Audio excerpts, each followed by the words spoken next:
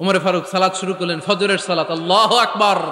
In the mean time Abu Lulu এই খঞ্জর নিয়ে উমরে ফারুকের বুকের মধ্যে 3টা স্টেবিং করলেন। একটা মারলেন নাভির নিচে, মারার সাথে সাথে পাকস্থলী কেটে গেল।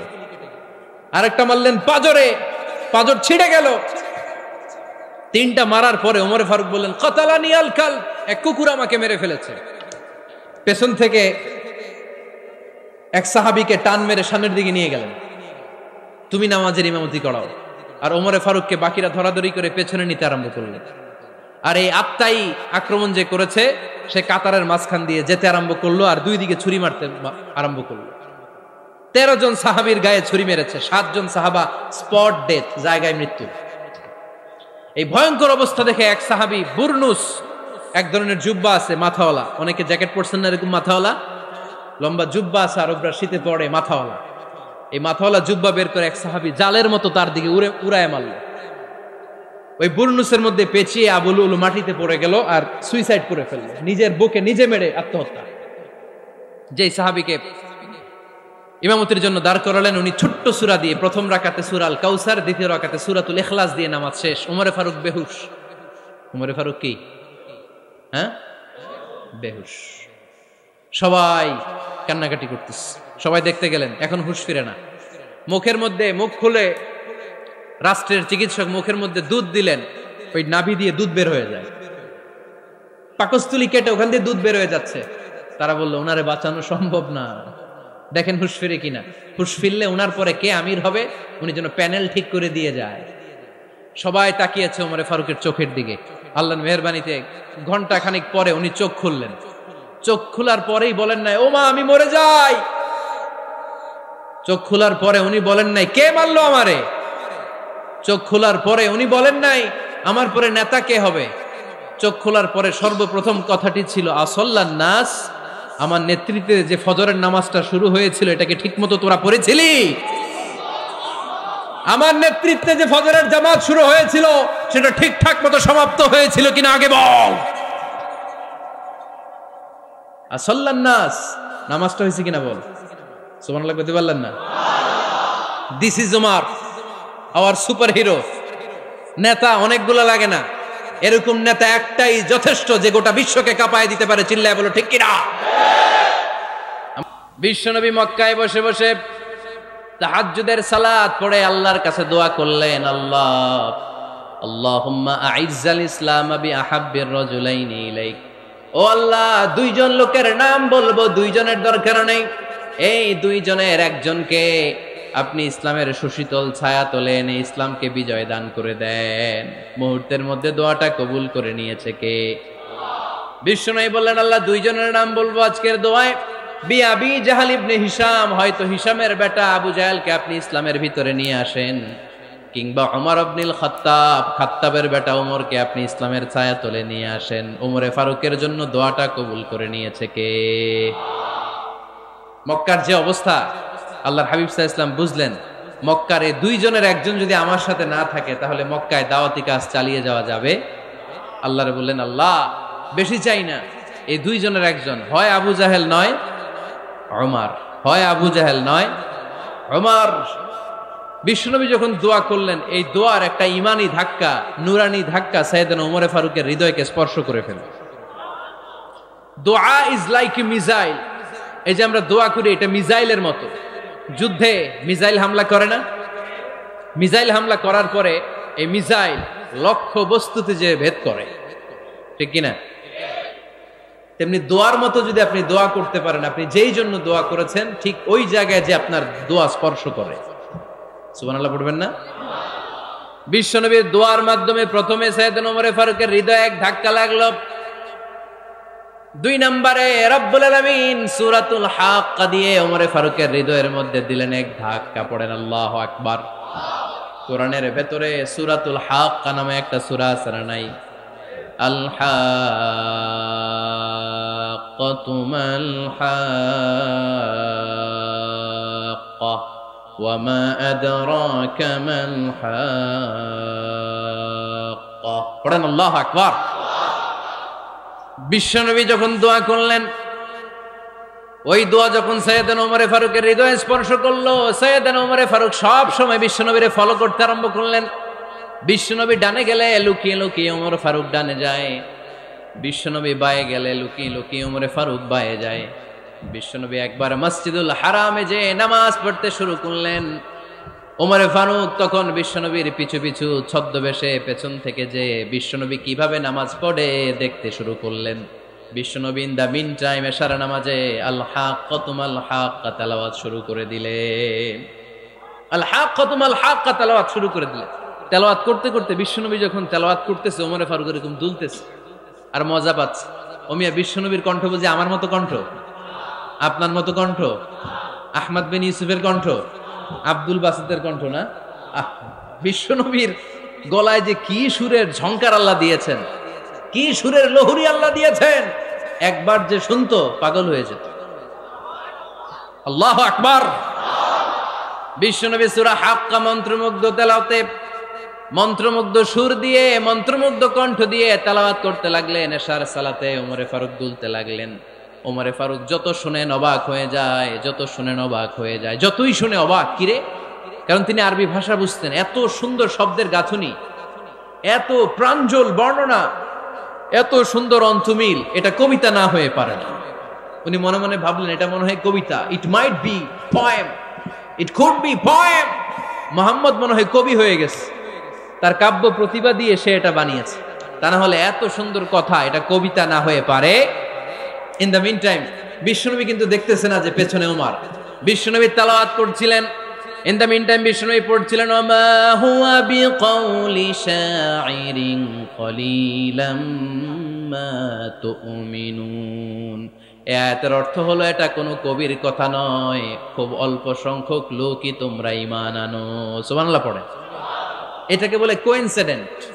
কোইনসিডেন্ট, হুট করে অনেক সময় মিলে যায়। যায় কি যায় না? আপনি একজনের কথা ভাবতেছেন ভাবতেছেন, বাজারে গেলেন, বাজারে যেই দেখেন ওই লোকটা দাঁড়ায় আছে। এরকম হয় কি হয় না? কোইনসিডেন্ট। ওমর ফারুক মনে মনে যেটা ভাবতেছে ওই কথা দিয়ে বিশ্বনবী তেলাওয়াত করতেছে। আল্লাহু আকবার।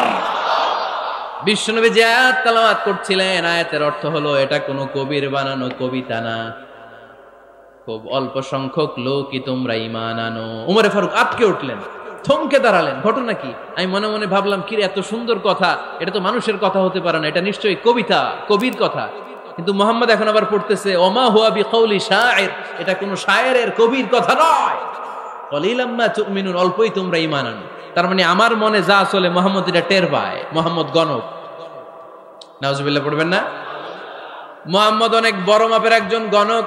মানুষের হৃদয়ে কি চলে, মনে মনে কি ভাবে, মুহাম্মদ না দেখেও বলে দিতে পারে। ইন দা মিন টাইম বিশ্বনবী পরের আয়াতে পড়লেন ওয়ালা বিকাউলি কাহিনিন কলিলাম মা তাযাক্কারুন। এই আয়াতের অর্থ হলো এটা কোনো গণকের বানানো গণনা নয়, খুব অল্প সংখ্যক লোকই তোমরা উপদেশ হিসেবে এটাকে মানো। সুবহানাল্লাহ পড়েন। এবার আর ওমর ফারুকের সহ্য হয় না, কি আজীব তামাশা। প্রথমে মনে করলাম কবিতা, মোহাম্মদ কয় কবি না, সে কবি না, এটা কবিতা না। তারপরে ভাবলাম সে গণক, সে আয়াত পরে পরে বলে দিল এটা গণনা নয়, তাহলে এটা কি? এটা কি কবিতাও না, গণনাও না, তাহলে এটা কি? বিশ্বনবী তখন বললেন তানজিলুম মির রাব্বিল আলামিন। সুবহানাল্লাহ পড়েন। পরের আয়াত ছিল তানজিলুম মির রাব্বিল আলামিন। এটা দুনিয়ার কোনো কবির বানানো কবিতা না, এটা কোনো গণকের গণনা না, এটা কোনো সাহিত্যিকের বানানো সাহিত্য নয়, এটা মহাবিশ্বের পরিচালক রব্বুল আলামিনের কাছ থেকে পাঠানো কিতাব কোরআন। সূরা হাক্কার ধাক্কায় ওমর ফারুক কাইত। প্রথমে ধাক্কাটা লাগলো যে দোয়া। বিশ্বনবী তাহাজ্জুদে কেঁদে দোয়া করলেন, আল্লাহ হয় আবু জাহেলরে দিবা নাইলে ওমররে দিবা। ওই দোয়া ওমর ফারুকের হৃদয়ে ছোঁয়া লেগেছে। এরপরে হাক্কা, সূরাতুল হাক্কা দিয়ে দিলে এক ধাক্কা। এই ধাক্কা খেয়ে উথাল পাথাল হৃদয়ের মধ্যে, হায় রে এ কি বাণী, এ কেমন কথা, কে মুহাম্মদ? তারপরও শয়তানের ওয়াসওয়াসা আছে না নাই? আল্লাহ বলে যতই ওয়াসওয়াসা ওমরকে দেয়া হোক, আমি ওমরে ফারুককে এই মুসলিম উম্মাতের সেনাপতি বানিয়ে ছাড়বো, আমি সেনাপতি বানাবো। এবার 3 নাম্বার ডোজ। ডাক্তারের কাছে গেলে প্রথমে দেখবেন সিম্পল ডোজ দেয়, নরমাল ওষুধ, এটাতে কাজ না হলে ডোজ বাড়ায়, একেবারে কাজ না হলে অ্যান্টিবায়োটিক মারে, আছে না নাই? আল্লাহ প্রথমে দোয়ার ছোঁয়া লাগালেন, তারপর সূরা হাক্কা দিয়ে ধাক্কা মারলেন, এরপরে রব্বুল আলামিন বলেন এবার 3 নাম্বার ডোজ সূরা তহা দিয়ে আমি তোমার হৃদয়টারে উজালা বানায় দেব রে ওমর। শয়তান ওদিক দিয়ে ওয়াসওয়াসা, খেলা দুই দিক থেকে চলতেছে। আল্লাহ তাআলা হেদায়েতের রাস্তায় টানছে, শয়তান জাহান্নামের দিকে টানছে। ঘোষণা দেয়া হলো মক্কায়, মুহাম্মদের মাথা কেটে এনে দিলে এত এত স্বর্ণ মুদ্রা দেয়া হবে। ওমরে ফারুক রাজি হয়ে গেলেন, নাঙ্গা তলোয়ার নিয়ে বিশ্বনবীর মাথা কাটার জন্য ছুটলেন। নাউজুবিল্লাহ পড়বেন না? বনু জাহরা গোত্রের এক লোক বলে, আইনা ইয়া ওমর, কই যাও? মুহাম্মদের মাথা কাটতে যাই। আরে মুহাম্মদের মাথা কাটতে যাও? তোমার বোন ফাতিমা বিনতে খাত্তাব আর তোমার বোন জামাই সাঈদ কদ সাবা, এরা তো ধর্ম ত্যাগ করে ফেলছে, এটা তো আমাদের ধর্ম ত্যাগ করে মুহাম্মদের ফলোয়ার হয়ে গেছে। আগে ওমর ঘর সামলাও, পরে মুহাম্মদের মাথা কাটতে যেও। ওমরে ফারুক অবাক হয়ে গেলেন, তলোয়ার নিয়ে বিশ্বনবীর দিকে না যে নিজের বাড়ির দিকে চলে গেলেন। বিশ্বনবীর আপন বোন ফাতিমা বিনতে খাত্তাব, বোন জামাই সাঈদ আর খাব্বাব রাদিয়াল্লাহু তাআলা আনহু তিনজন মিলে সূরা তহা তেলাওয়াত করছিলেন। পড়েন সুবহানাল্লাহ। মক্কায় লুকিয়ে লুকিয়ে দাওয়াত হতো। খাব্বাব রাদিয়াল্লাহু তাআলা আনহু একটা চামড়ার ফলকের মধ্যে সূরা তহার কয়েকটা আয়াত এনে ওমরে ফারুকের বোন আর বোন জামাইকে শিক্ষা দিচ্ছে, ট্রেনিং দিচ্ছে। সুবহানাল্লাহ পড়েন। লুকিয়ে লুকিয়ে ওমরে ফারুক যখন ঘরে চলে আসলেন, এরা তটস্থ হয়ে গেল। সাইয়েদনা খাব্বাব বিছানার তলায় লুকিয়ে গেলেন। ওমরে ফারুক বললেন, দরজা খোলো। ফাতিমা বিনতে খাত্তাব দরজা খোলার পরে নির্মম ভাবে সাইয়েদনা ওমর রাদিয়াল্লাহু তাআলা আনহু বোনের গায়ে আঘাত শুরু করে দিল। বোন জামাইকে আহত করতে শুরু করলো আর বলতে শুরু করলো, তোরা পাগল হলি কেন? কি আছে ওই মুহাম্মাদের মধ্যে? কি জাদু নিয়ে এসেছে? সে যাই বলে লোকজন পাগল হয়ে যায়, সবাই তার উপর কালিমা পড়ে ঈমান এনে ফেলে। কি এমন জিনিস তোদের কাছে আছে যেটা দেখে মুহাম্মদকে তোরা ভালোবাসলি? কি আছে? কি পড়তেছিলি আমারে দেখা। ফাতেমা বলে, ইন্নাকা রিজসুন লা ইয়ামাসসুহু ইল্লাল মুতাহহারুন। ও আমার ভাই ওমর, তুমি নাপাক। তুমি কি? লা ইয়ামাসসুহু ইল্লাল মুতাহহারুন, পবিত্রতা অর্জন না করে এই কোরআন ধরা যায় না। সুবহানাল্লাহ পড়েন। উমরে ফারুক গোসল করে আসলেন, কারণ ধাক্কা তো আগে কয়েকটা খাইছে। কথা বুঝেন নাই বোধহয়? প্রথমে দোয়ার ধাক্কা, পরে কোন সূরা দিয়ে ধাক্কা? হাক্কা দিয়ে ধাক্কা। 3 নম্বরে এখন আরেকটা ধাক্কা খাবে। গোসল করে আসলেন। ফাতিমা বিনতে খাত্তাব বললেন, গোসল যখন করে এসেছেন, এই নেন। উমরে ফারুক এবার চামড়ার কাপড়ের মধ্যে সূরা তহার প্রথম আয়াতের দিকে নজর করলেন। নজর করেই কোরআনের প্রেমে পড়ে গেলেন। পড়েন সুবহানাল্লাহ। উমরে ফারুক পড়তে আরম্ভ করলেন, তহা মা আনজালনা আলাইকাল কুরআনা লিতাশকা ইল্লা তাযকিরাতান লিমান ইয়াখশা তানজিলাম মিম্মান খালাকাল আরদা ওয়াস সামাওয়াতিল উলা। সুবহানাল্লাহ পড়েন। উনি পড়তে আরম্ভ করলেন, তহা মা আনজালনা আলাইকাল কুরআনা লিতাশকা, এই কোরআনকে আমি তোমাদের হতভাগ্য জাতি হিসেবে দুনিয়ায় থাকার জন্য পাঠাই নাই। এটা রব্বুল আলামিনের পক্ষ থেকে এসেছে। যারা রবকে ভয় করে তাদের জন্য আছে উপদেশ। যিনি আকাশ বানিয়েছেন, জমিন বানিয়েছেন, ওই আল্লাহ তাআলা নিজেই এই কোরআন পাঠিয়েছে। আওয়াজ করে পড়তে হবে আল্লাহু আকবার। উনি খুব ভালো আরবি জানতেন। সূরা তহা পড়ার পরে আর ধৈর্য ধারণ করতে পারে না। ওমরে ফারুক ছোট্ট বাচ্চার মতো কান্না শুরু করে দিলেন। আল্লাহু আকবার। সূরা তহাটা হাতে নিয়ে, তলোয়ারটা হাতে নিয়ে বিশ্বনবীর দিকে ছুটতে আরম্ভ করলেন। আইনা মুহাম্মদ, কোথায় মুহাম্মদ? তোমরা আমাকে মুহাম্মাদের কাছে নিয়ে চলো।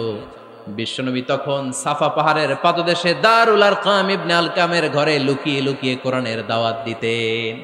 ওমরে ফারুককে পাগলের মতো ছুটে আসতে দেখে বিশ্বনবীর চাচা হামজা ইবনে আব্দুল মুত্তালিব বলল, নবী আপনি পালান। ওই যে খাত্তাবের বেটা ওমর আপনাকে অপমান করার জন্য, আক্রমণ করার জন্য তেরে এসেছে। সাহাবীরা বললেন, নবী আপনি পালিয়ে যান, আমরা সামাল দেব। বিশ্বনবী বললেন, না আমি পালাবো না, বরং তোমরা সরে যাও। ওমর ইবনুল খাত্তাবকে আমার দরবার পর্যন্ত আসতে দাও। আমার তো মনে হচ্ছে ওই যে তাহাজ্জুদের নামাজ শেষে চোখের পানি ছেড়ে যে আমি আল্লাহর কাছে দোয়া করেছি, আজকে আমার ওই দোয়াটা কবুল হতে শুরু করেছে।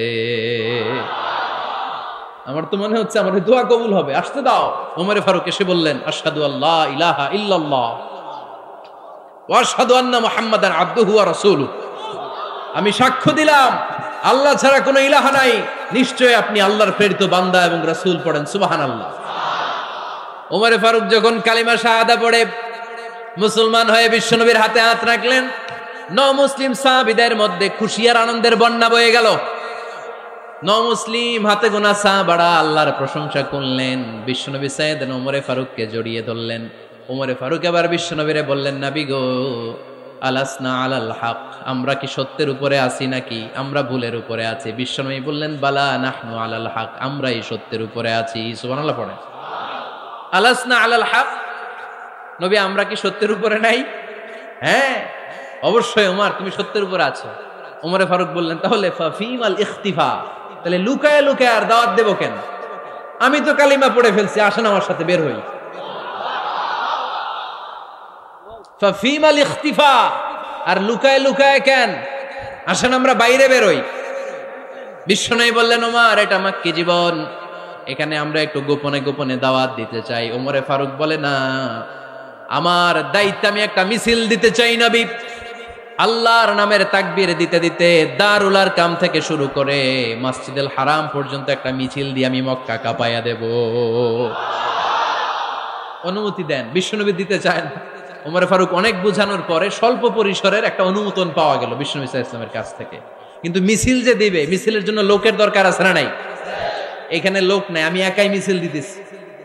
এটা জমবে, মিছিল জমবে। খুঁজে উনি 11 জন মুসলিম সাহাবা পেলেন। কয়জন? ওমরে ফারুক বললেন, 11 জনই সই। এই 11 জন নিয়েই আমি আল্লাহর নামের তাকবীর দিব। 2 লাইন করলেন। কয় লাইন? 2 লাইন। পেছনে 6 জন, আর এই লাইনের নেতা বানালেন বিশ্বনবীর চাচা হামজাকে রাদিয়াল্লাহু তাআলা আনহু। আর সামনে 5 জন, তার আগে দাঁড়ালেন উনি নিজেই। তাহলে 6 6 12। বললেন, এই 2 লাইনই আমরা তাকবীর দিতে দিতে, বেশি না, এই দারুল আরকামের ঘর থেকে, আপনারা জানেন যে সাফা মারোয়া এখন যে সাই হয়, এই সাফার পাদদেশে ছিল দারুল আরকামের ঘর। উনি বললেন, এখান থেকে ওই যে কাবার গিলাফ দেখা যায়, কাবার গিলাফ পর্যন্ত আমরা এই তাকবীর নিয়ে ওখানে যাব। সুবহানাল্লাহ পড়বেন না? ওখানে উনি দাঁড়িয়ে ছোট্ট একটা ভাষণ দিয়েছিলেন। উনি বলেছিলেন, মান আরাদা আন তাসকুলা উম্মু ওয়া ইয়াতামা ওয়ালাদু ওয়া তারমিলা যাওজাতুহু ফালিয়াসুদ্দানি। খেয়াল করে শুনেন, কান দুইটা খরগোশের কানের মতো খাড়া করেন। উনি এক বাক্যের একটা ভাষণ দিলেন। ভাষণ দিতে জানলে বড় ভাষণ দেয়া লাগে না। এক বাক্যের ভাষণ দিয়ে গোটা বিশ্বকে ঝাঁকুনি মারা যায়। চিল্লায় বলো ঠিক কিনা? ওমরে ফারুক এক বাক্যের একটা ছোট্ট ভাষণ দিলেন। মান আরাদা আন তাসকুলা উম্মু, কে আছো মায়ের এই মক্কায়, কে আছো মায়ের বুক খালি করতে চাও? ইয়াতামা ওয়ালাদু, কে আছো বাচ্চাগুলারে, নিজের সন্তানগুলোরে ইয়াতিম বানাতে চাও? কে আছো তারমিলা যাওজাতুহু, নিজের স্ত্রীকে বিধবা বানাতে চাও? ফালিয়া সুদ্দানি, বুকের পাটা থাকলে আমি ওমর রে থামাও। ফালিয়া সুদ্দানি, দেখি মক্কায় কার এত বড় বুকের পাটা। কে আছো মায়ের বুক খালি করতে চাও, সন্তান রে এতিম বানাতে চাও, স্ত্রীকে বিধবা বানাতে চাও? ফালিয়া সুদ্দানি, পারলে আমারে ঠেকাও। এই বলে উনি আল্লাহু আকবার, আল্লাহু আকবার, আল্লাহু আকবার বলে স্লোগান শুরু করে দিলেন। এক এক স্লোগানে মক্কার মরুজমিন থারথার করে কাঁপতে আরম্ভ করলো। এই মিছিল মক্কার কেউ দেয় নাই। মিছিলের আওয়াজ শুনে আবু জাহেল বাইরিস, উতবা বাইরিস, শাইবা, ওয়ালিদ ইবনে মুগিরা সব বের হয়েছে। কিরে, আমার এলাকায় এত বড় স্লোগান, কার এত সাহস? বের হয়ে দেখে মিছিলের সামনে ওমর। ওমর রে দেখে দিছে এক দৌড়। কারণ ওমরে ফারুককে থামানোর মতো বাপের বেটা মক্কায় দ্বিতীয়টা কেউ ছিল না। আওয়াজ করে বলেন ঠিক কিনা? ওমরে ফারুক আল্লাহু আকবার, আল্লাহু আকবার বলে স্লোগান দিতে দিতে মসজিদুল হারামের ভেতরে ঢুকে গেল। কাবার গিলাফ ধরার পরে সেদিন মিছিল থেমেছে। ওই আল্লাহর নামের স্লোগান সেদিন কেউ থামাতে পারে নাই, কিয়ামত পর্যন্ত কেউ থামাতে পারবে না। চিল্লায় বলো ঠিক কিনা? ওই রকম একটা ওমরের দরকার, আমাদের বেশি চাই না। জোরে বলেন ঠিক কিনা? দাও খোদা দাও আমায় আবার ওমর দারাজ দিল, দাও খোদা দাও আমায় আবার ওমর দারাজ দিল, দাও আলীর মতো বীর সেনানী, আলীর মতো বীর সেনানী জাগাতে নিখিল, দাও খোদা দাও আমায় আবার ওমর দারাজ দিল। সুবহানাল্লাহ পড়েন। একটা ওমর লাগবে, চিল্লায় বলেন কয়টা? ওই ওমরের অপেক্ষায় বাংলাদেশ সহ গোটা মুসলিম উম্মাহ, ঠিক কি না? একটা ওমরই যথেষ্ট। আমাদের সেন্ট্রাল লিডারশিপ নাই তো, আমাদেরকে এদিকে লাথি মারলে আমরা ওইদিকে যাই, ওদিক থেকে গুতা মারলে আমরা এদিকে যাই। আমাদের রিপ্রেজেন্টেটিভ, আমাদের প্রতিনিধিত্ব করার মতো কোনো কেন্দ্রীয় লিডারশিপ নেতৃবৃন্দ গোটা বিশ্বে নাই, ঠিক কি না? আমরা সেই ওমরে ফারুকের অপেক্ষায়, আমরা সেই ইমাম আল মাহাদির অপেক্ষায়। এই ওমরে ফারুক আমাদের মডেল, ঠিক কি না? থার্ড ইন পজিশন এই পুরা উম্মতের মধ্যে ওনার পজিশন নাম্বার 3। 1 নাম্বার পজিশন বিশ্বনবীর, কার? 2 নাম্বার পজিশন কার? আবু বকর। 3 নাম্বার পজিশন কার? ওমরে ফারুকের। বিশ্বনবী বলতেন লা নবিয়্যা বা'দি, লা নবিয়্যা বা'দি, আমার পরে কোনো নবী নাই, ওয়ালা রাসূলা, আমার পরে কোনো রাসূলও নাই। আমার নবীর পরে আর কোনো নবী আছে? আমার নবীর পরে আর কোনো রাসূল আছে? এই যে কাদিয়ানি যে একটা সম্প্রদায় আছে, এরা কি মুসলিম নাকি অমুসলিম? মুসলিম সম্প্রদায়ের সাথে এদের কোনো সম্পর্ক নাই, চিল্লায় বলেন ঠিক কি না? এরা যদি মুসলমান হতে চায়, আমার নবী দ্য লাস্ট মেসেঞ্জার বিশ্বনবীকে খাতামুন নবী হিসেবে সংবাদ সম্মেলন করে গোটা বিশ্বকে জানাই দিতে হবে, তারপরে তাদেরকে আমরা মুসলিম হিসেবে স্বীকৃতি দিব, চিল্লায় বলেন ঠিক কি না? তা না হলে তারা কোন ধর্মের এটাকে জানাই দিতে হবে। No inferiority complex, no identity crisis. Identity ক্রাইসিসে থাকা যাবে না। আপনারা কোন ধর্মের এটা জানাই দেন।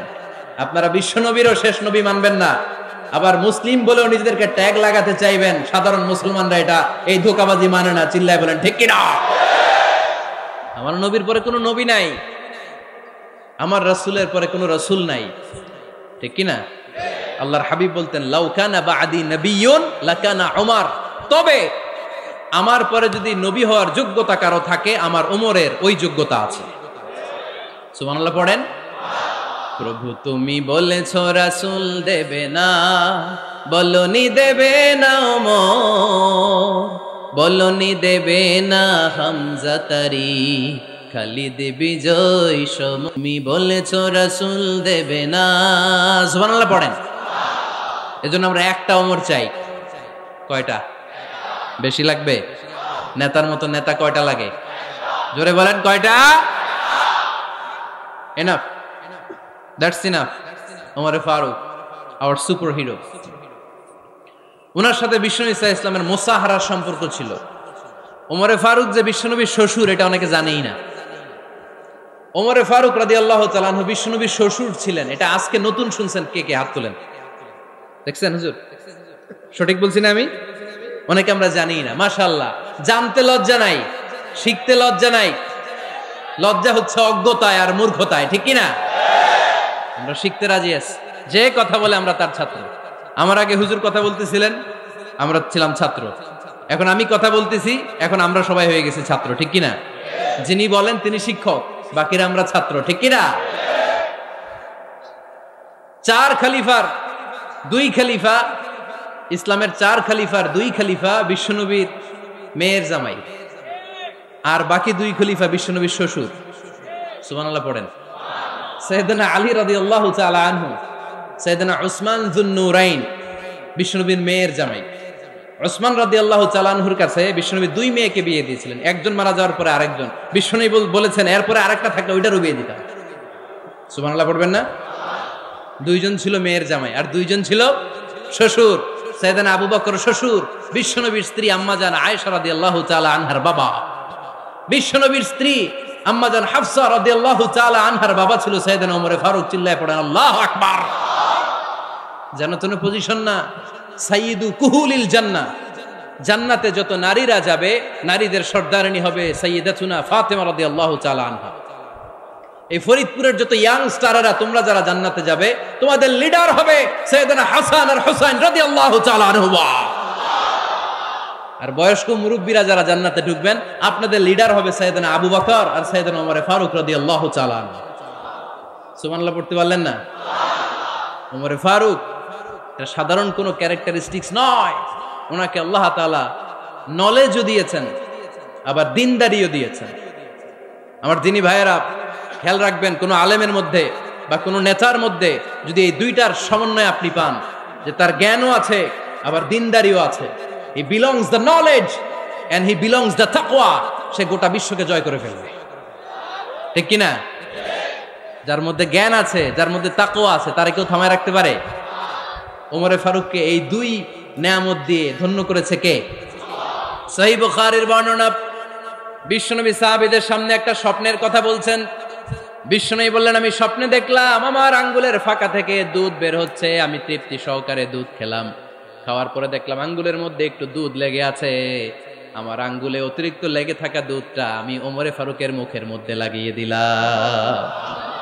সাহাবারা বললেন, ইয়া রাসূলুল্লাহ, ইয়া হাবিবাল্লাহ, মাযা আওয়ালতা বিহি, এই স্বপ্নের আপনি কি ব্যাখ্যা করলেন, আমরা তো বুঝলাম না। বিশ্বনবী বললেন, আওয়ালতু বিহি আল ইলম, আমি এই দুধ দিয়ে জ্ঞানের ব্যাখ্যা করেছি, কারণ ওমরকে আল্লাহ যেই জ্ঞান দিয়েছে গোটা বিশ্বের কাউকে এত জ্ঞান দেয় না। এজন্য স্বপ্নে যদি কেউ দেখেন যে আপনি দুধ খাচ্ছেন, তার মানে আল্লাহ তাআলা আপনার জ্ঞান বাড়ায় দিবে। ওমরে ফারুককে দুধ খেয়ে অতিরিক্ত দুধের অংশটা বিশ্বনবী আবু বকর রাদিয়াল্লাহু তাআলা আনহুর মুখে দেন নাই, সাইয়েদনা উসমানের মুখে দেন নাই, আলী রাদিয়াল্লাহু তাআলা আনহুর মুখে দেন নাই। স্বপ্নে ওই অতিরিক্ত লেগে থাকা দুধটা বিশ্বনবী ওমরে ফারুকের ঠোঁটের মধ্যে লাগিয়ে দিয়েছেন। এই হাদিস থেকে প্রমাণ হয় আল্লাহ তাআলা জ্ঞানের নেয়ামতে সাইয়েদনা ওমরে ফারুককে ধন্য করেছেন। আবার বুখারীর বর্ণনা, বিশ্বনবী সাল্লাল্লাহু আলাইহি ওয়াসাল্লাম আরেকটা স্বপ্নের বর্ণনা দিচ্ছেন। তিনি বললেন, তোমাদের সবাইকে স্বপ্নে আমার সামনে দাঁড় করানো হলো। আমি দেখলাম তোমাদের কারো জুব্বা নাভি পর্যন্ত, কারো জুব্বা হাঁটু পর্যন্ত, কারো জুব্বা টাকনু পর্যন্ত। ওমরে ফারুককে যখন স্বপ্নে আমার সামনে দাঁড় করিয়ে দেয়া হলো, আমি দেখলাম ওমরের জুব্বা এত লম্বা, ওমর টেনে হিচড়ে তার জুব্বা নিয়ে সামনে হেঁটে যাচ্ছে। সাহাবারা বললেন, ফামাযা আওয়ালতা বিহি ইয়া রাসূলুল্লাহ, ও আল্লাহর রাসূল, এই স্বপ্ন দিয়ে আপনি কি বুঝাতে চাইলেন, আমরা কিছু বুঝলাম না। বিশ্বনবী বললেন, আউয়ালতু বিহি আদ-দীন, আমি এই হাদিসের দ্বারা দ্বীনের ব্যাখ্যা করলাম, যার জামা যত লম্বা তার দ্বীনদারি তত বেশি। সুবহানাল্লাহ, আসতে পড়েন। স্বপ্নে দেখলেন কোন সাহাবীর জুব্বা নাভি, কোন সাহাবীরটা হাঁটু, কারোটা টাকনু, কিন্তু ওমরে ফারুকের জুব্বা এত লম্বা, ইয়াজুরু সাওবাহু, তিনি তার জুব্বা টেনে হিচড়ে যাচ্ছেন। বিশ্বনবী বললেন, এটা দ্বারা আমি দ্বীন, আমি তাকওয়া, দ্বীনদারি, তাকওয়া, এটার ব্যাখ্যা করেছি। তার মানে ওমরে ফারুকের তাকওয়ার সামনে সব তাকওয়া পানি হয়ে যাবে। কোন সুবহানাল্লাহ। আল্লাহ তাআলা সাইয়েদনা ওমরে ফারুককে দ্বীনের জ্ঞান দিয়েছেন, তাকওয়া দিয়েছেন। যুবক ভাইয়েরা, যাকে আল্লাহ তাআলা দ্বীনের জ্ঞান দেয়, যাকে আল্লাহ তাআলা তাকওয়ার এই গুণ দিয়ে সমৃদ্ধ করে, তার জন্য গোটা বিশ্বের সব দরজাগুলোকে ওপেন করে দেয় কে? কত বড় মুত্তাকি ছিলেন সাইয়েদনা ওমরে ফারুক। মদিনার সমাজে কয়জন মুনাফিক ছিল বিশ্বনবী ছাড়া কেউ বলতে পারতেন না। বিশ্বনবী কোন সাহাবীকে মুনাফিকদের লিস্ট দিয়ে যান নাই, একজন সাহাবী ছাড়া। দেখি কেউ বলতে পারেন কিনা ওই সাহাবীর নাম? কি নাম? হুযায়ফা ইবনুল ইয়ামান রাদিয়াল্লাহু তাআলা আনহু। উনাকে বলা হতো সাহিবু সিররি রাসূলিল্লাহ, আল্লাহ রাসূল সাল্লাল্লাহু আলাইহি ওয়াসাল্লামের গোপন তথ্যের ধারক বাহক। সুবহানাল্লাহ পড়বেন না?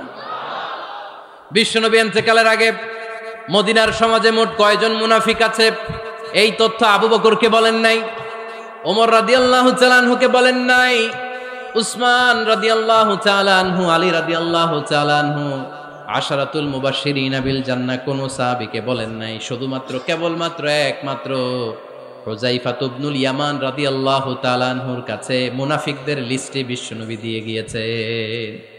সুবহানাল্লাহ পড়েন। মদিনায় কারা কারা মুনাফিক কেউ জানতো না, হুযায়ফা ছাড়া। কে ছাড়া? নামটা আজকে মুখস্থ করেন, যাতে অন্য কোনো ওয়াজে কেউ জিজ্ঞেস করলে বলতে পারেন। মুনাফিকদের লিস্ট যে সাহাবীর কাছে বিশ্বনবী দিয়ে গিয়েছিলেন, সাহাবীর নাম কি? নাম? নামটা কেমন লাগে? ভাল লাগে? অনেকে আমারে জিজ্ঞেস করে, হুজুর আমার ছেলে হবে আগামী মাসে, একটা নাম দেন। নাম দিয়ে দিলাম হুযায়ফা। যাদের হবে ছেলে, এলাকায় যাদের নেক্সট কয়েক মাসে ছেলে হবে, খালি হুযায়ফা চলবে। কি চলবে?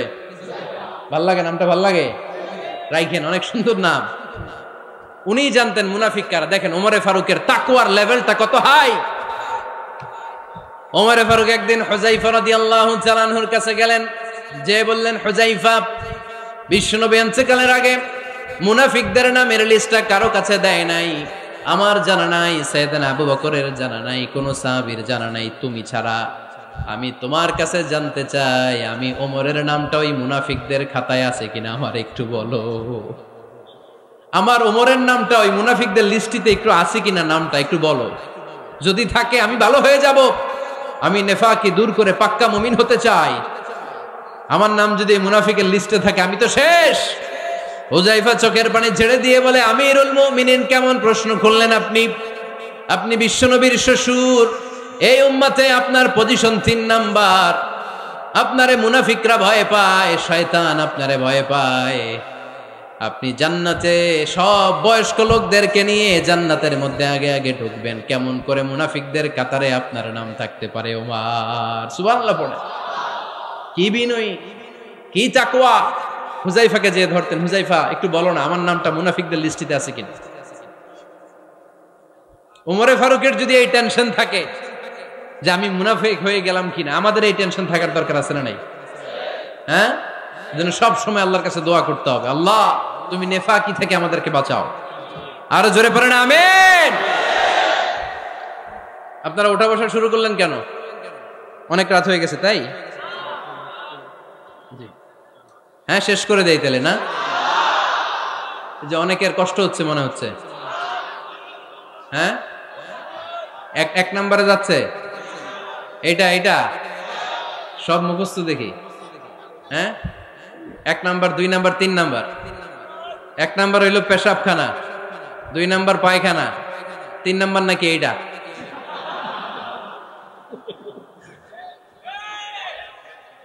আছে না নাই? না। সিগারেট কোন মুসলমান খেতে পারে? সিগারেট হয় টোবাকো প্ল্যান্টস থেকে, তামাক পাতা। ফরিদপুরে চাষ হয় নাকি? হয়। কোন থানায় হয় বেশি? হ্যাঁ, তামাক ক্ষেত যারা দেখছেন, কোনো বেড়া লাগানো লাগে? কারণ ছাগলেও মুখ দেয় না। তো যেটা ছাগলে খায় না, এটা কোনো মুমিন বান্দা খাইতে পারে? তো খান কেন এগুলো, পচা জিনিস? হ্যাঁ, এই পৃথিবীতে বিড়ি আর সিগারেটই একমাত্র খানা যেটা টয়লেটে ঢুকে খাওয়া যায়, তাই না? পৃথিবীতে সিগারেট আর বিড়ি একমাত্র খাবার। রাগ করবেন না যারা খান, রাগ করেন না। আবার একটু কমন সেন্সটা কাজে লাগানোর জন্য, চিন্তার জন্য বলতেছি। এটাই পৃথিবীর একমাত্র খাবার যেই খাবারের গায়ে এই খাবারের বদনাম লেখা থাকে, স্মোকিং কজেস ক্যান্সার। ধূমপান কর্কট রোগের কারণ, ধূমপান স্বাস্থ্যের পক্ষে ক্ষতিকারক, লেখা থাকে না? আচ্ছা ধরেন ফরিদপুরের একটা কোম্পানি নতুন চানাচুর বের করছে, ওই চানাচুরের গায়ে লেখা, এই চানাচুর খাওয়ার 1 ঘন্টার মধ্যে বমি শুরু হবে আর ডায়রিয়া হবে। খাবেন? কি কইবেন? তুই খা। দোকানদারে কি কইবেন? তুই খা, তোর বমি হোক, তোর 14 গোষ্ঠীর ডায়রিয়া হোক, আমি টাকা দিয়ে এগুলো কিনবো না, ঠিক কিনা? কারণ এই প্রোডাক্টের গায়ে এই প্রোডাক্টের বদনাম লেখা, এটা আমরা কিনবো কেন? কিন্তু সিগারেটের উপরে সিগারেটের বদনাম লেখা থাকার পরও আমরা খাই, টয়লেটে বসে খাই। এটার মধ্যে একটা পয়জন আছে, এটাকে বলে স্লো পয়জন, নিকোটিন। এটা আপনার লাং, ফুসফুসকে শেষ করে দিবে। Slow poison. সিগারেট খাওয়া অনেকটা আত্মহত্যা শামিল। বিষ খেলে সাথে সাথে মরে, সিগারেট খেলে ধুকে ধুকে মরে। আর সিগারেট থেকে হিরোইন, গাঁজা, ফেন্সিডিল, ইয়াবা, মেরিজুয়ানার পথে মানুষ পথ বাড়ায়, পা বাড়ায়, তাই না? এগুলো খাবেন না। ওয়ালা তুলকু আইদিকুম ইলা তাহলুকা, নিজে নিজেকে স্বেচ্ছায় ধ্বংসের দিকে ঠেলে দিও না। জীবনটা অনেক সুন্দর, জীবনটা অনেক রঙিন, আল্লাহর দেয় জীবনটাকে উপভোগ করার দরকার আছে না নাই? এই জন্য সিগারেটকে এই ফরিদপুরের প্রোগ্রাম থেকে আমরা আজকে নো বলে দিলাম। কি বলে দিব? আওয়াজ করে সবাইকে আমরা সবাই একসাথে বলবো, সিগারেটকে কি বললাম? মনে থাকবে না? মাহফিলের প্যান্ডেল থেকে বাইর হয়ে আবার ইয়েস, হ্যাঁ না, ইয়েস করা যাবে না। সিগারেটকে কি বললাম? নো। ওমরে ফারুক রাদিয়াল্লাহু তাআলা আনহু আমাদের সুপার হিরো, আমাদের সবাই বলেন আমাদের, উনি কত বড় সুপার হিরো শুনেন। উনি জুমার খুতবা দিচ্ছেন, কি দিচ্ছেন? মসজিদে নববীতে খুতবার মাঝখানে হঠাৎ বললেন, ইয়া সারিয়াতাল জাবাল, ইয়া সারিয়াত ইবনে জানিমিল জাবাল।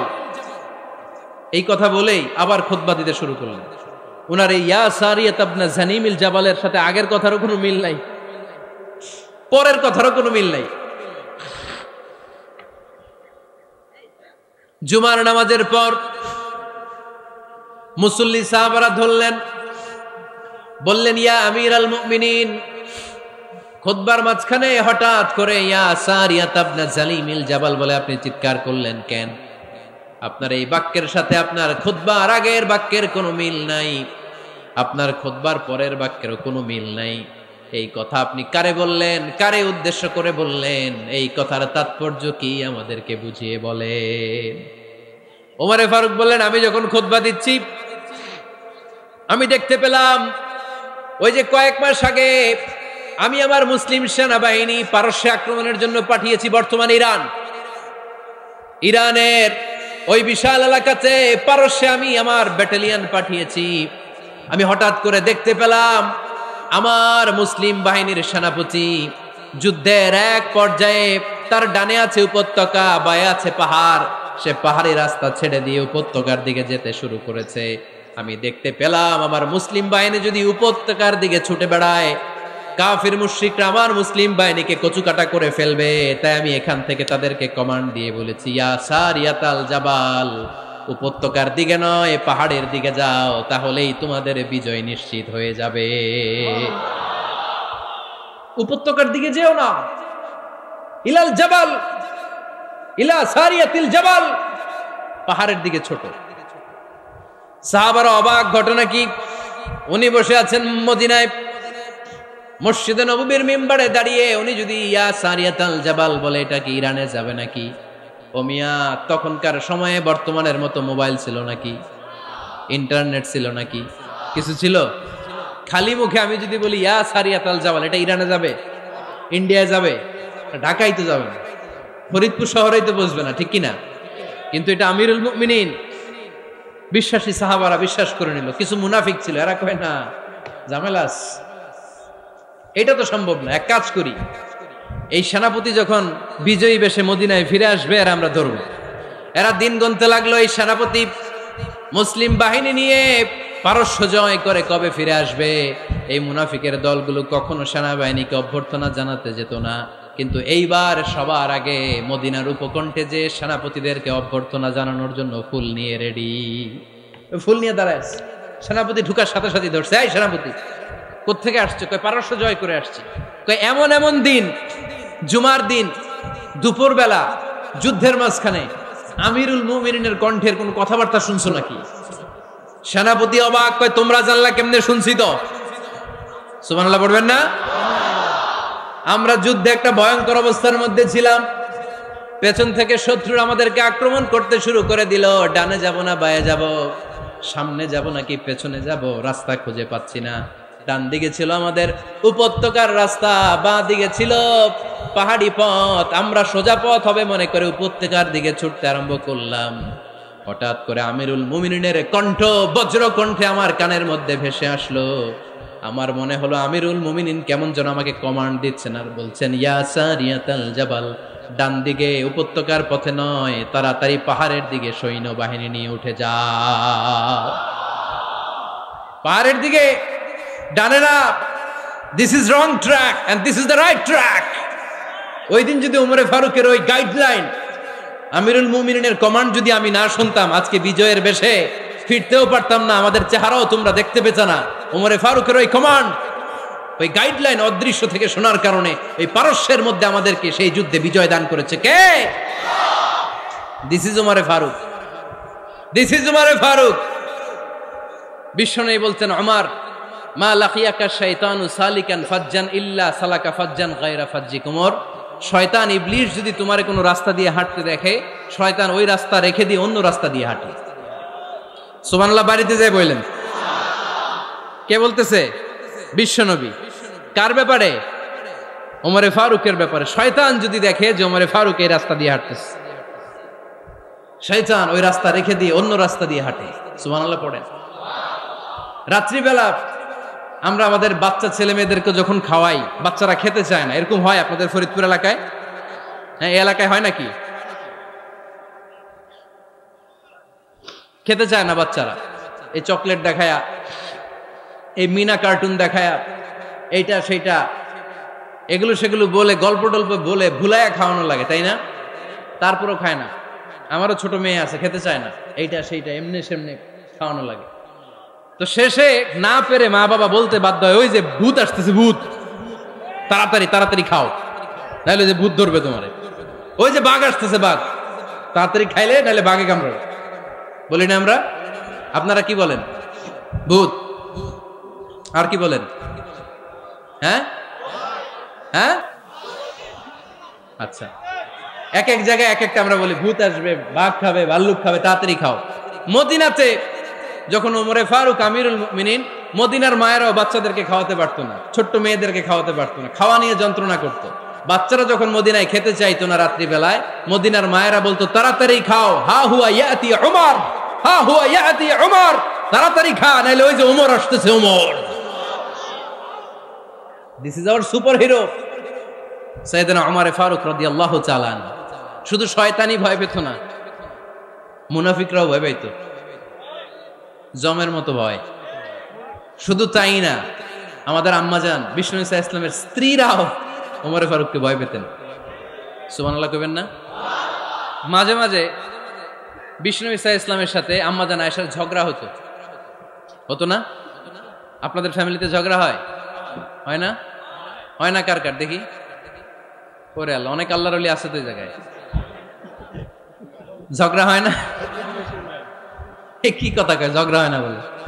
বিশ্বনবীর ফ্যামিলিতে ঝগড়া হয়, আপনার ফ্যামিলিতে হয় না? মিষ্টি ঝগড়া। আর ও বিয়েই করে নাই।